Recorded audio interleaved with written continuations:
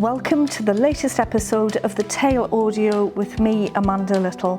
This is our mini podcast for colleagues, one of the many ways we keep you up to date with all the latest news and information from VetPartners. So today, I'm delighted to be joined by Jo Oakden, VetPartners Learning and Development Manager. Jo, thanks for joining us. Thank you for inviting me to be part of the Tail Audio. It's nice to be here. We're going to have a chat today about the evolution of VetPartners Career Pathways programme this spring to support colleagues with their professional development. Before we come on to talk about this, Jo, I know supporting colleagues to be the best they can be is very special to you, because you worked in practice in a variety of roles. I did. So I graduated in 2008 after being at the Royal Veterinary College, and my career has taken a road from being an RVN who, thought maybe actually I really like the theatre side of everything and being involved in that, to actually realising at the end point of that I really enjoyed working with people. And that was quite a journey with a few bumps, and I think sometimes in our profession we expect it to be quite linear, or we feel those expectations are linear, but actually it's just been open to those opportunities that are potentially there. So I very much worked as an RVN. I was a clinical coach. I really enjoyed the consulting side of nursing, working with clients, and then I moved into leadership, so as a practice manager before joining VetPartners. But I also worked outside of that job as well, so I found a huge interest with our legislation and regulation and representing veterinary nurses. So I was president of the BVNA, and I'm now, as I can't say no to things, I am on the board of trustees for VetLife as well, which I think just helps keep that really broad perspective of our whole profession. And it just shows that it doesn't have to be linear. There are different opportunities that are out there that aren't necessarily in practice in front of you, but will enhance your role in practice in front of you. So I am very passionate, a bit biased towards our RVNs and veterinary nurses, but around all professionals and our colleagues to get the most out of their career. So Jo, at the start of each year, many people are thinking about what they want to achieve and setting career goals. So the Evolved Career Pathways programme this spring is really perfectly timed for many people. What is the purpose of the programme, and who are you aiming it at? So it's going to be aimed at all of our colleagues. We're starting very much with the practice focus, the clinical focus. They are, the biggest teams within our group at the moment, and we want to make sure that we get that right. But it will be rolled out for our central colleagues as well, and our ops teams, to help look at how we can support that career development. It's one of the huge benefits of being part of a bigger group, is that there are loads of opportunities, because even if it doesn't have that opportunity present in that specific team, we have other teams, and we can help support development and growth in that, because we want to nurture people to help them be the best that they can be in those roles and support that growth as well. But also we want people to feel like they can be the best that they can be in the role that they're in. So sometimes we feel that career pathways or career development means progression. It doesn't always mean progression into another role, and traditionally it's always been into leadership. Not everybody wants to be a leader, and there are other opportunities out there. So this was a really good opportunity to highlight the art of the possible, what opportunities are there, and what that could look like, just to really stimulate that thought and actually give some of the language to have those conversations as well.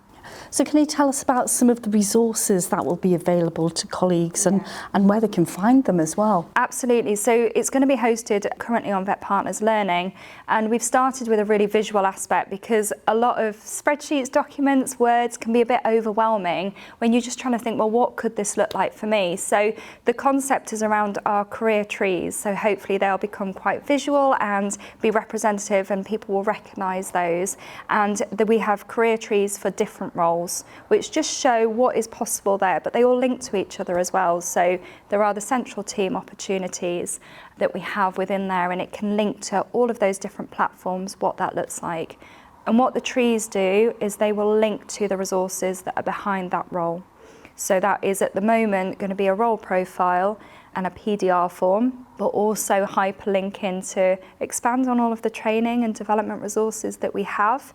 We have the training calendar, the CPD newsletter, that's all linked. all of the other role profiles are linked, to just really highlight the aspirational side of that role and what it can be, and make sure that those competencies are aligned with behaviours so we truly understand what is expected of us in our role.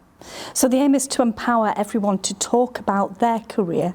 How will the career pathways support line managers with those discussions? I think again that comes back down to language, understanding what those expectations are from both sides, and having a clearly defined role profile will help that conversation.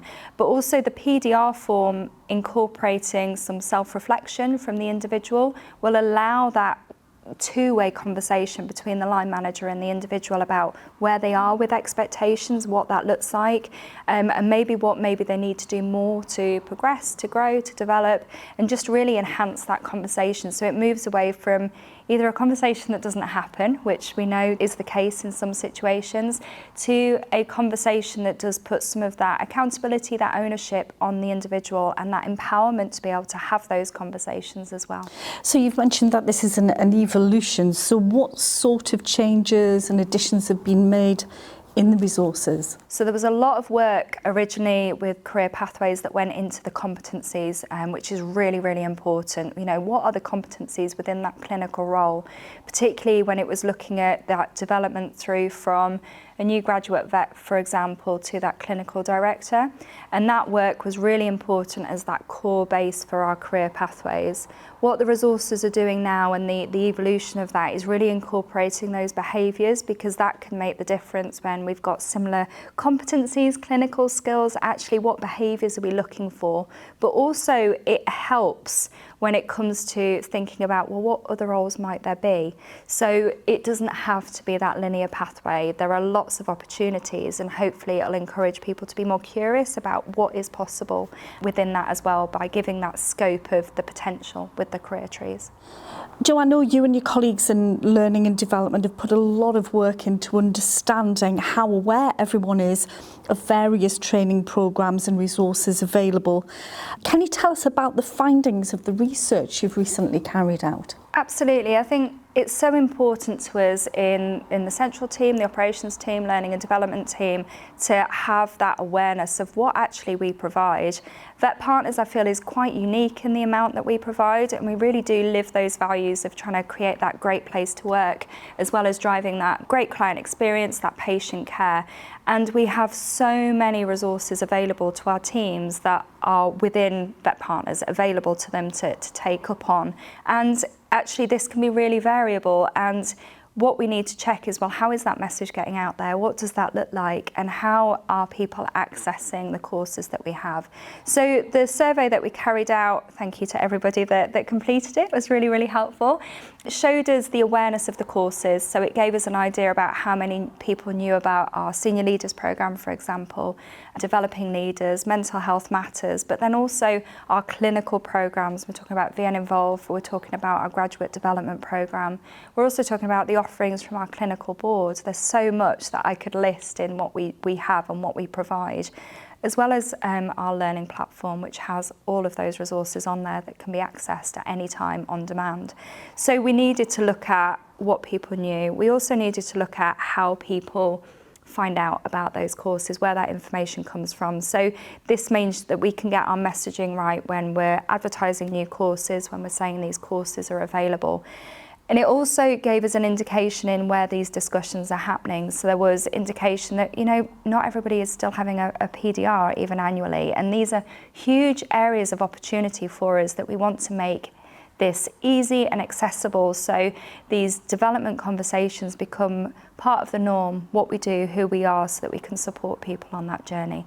And that's what that survey helped us to highlight, just some of those areas of opportunity, as well as what we're doing well at the moment. So finally, Jo, if any of our listeners want to set some career goals, and they may have a target in mind that they'd like to achieve in 2026, what tips would you give them? My first thing would be to just be curious, because I think sometimes we set ourselves up for a single path, and if there are any bumps in the road, we become really demoralised or we really struggle.